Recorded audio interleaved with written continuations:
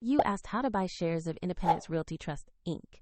Independence Realty Trust is a real estate investment trust that owns and operates apartment communities listed on NASDAQ under the ticker IRT. This video is for educational purposes only and not investment advice. To buy IRT, you need a brokerage account. I will use eToro as an example to show the process. After registering, you must verify your account, typically by uploading an ID, and add funds before you can place a trade. Use the platform search bar and type the ticker IRT to locate Independence Realty Trust. Make sure you select the listing that shows IRT trading on NASDAQ to open the correct asset page. On the asset page, review the company summary and the price chart to confirm the listing. Verify the company name, NASDAQ exchange, and ticker IRT so you are sure it is the right stock before buying.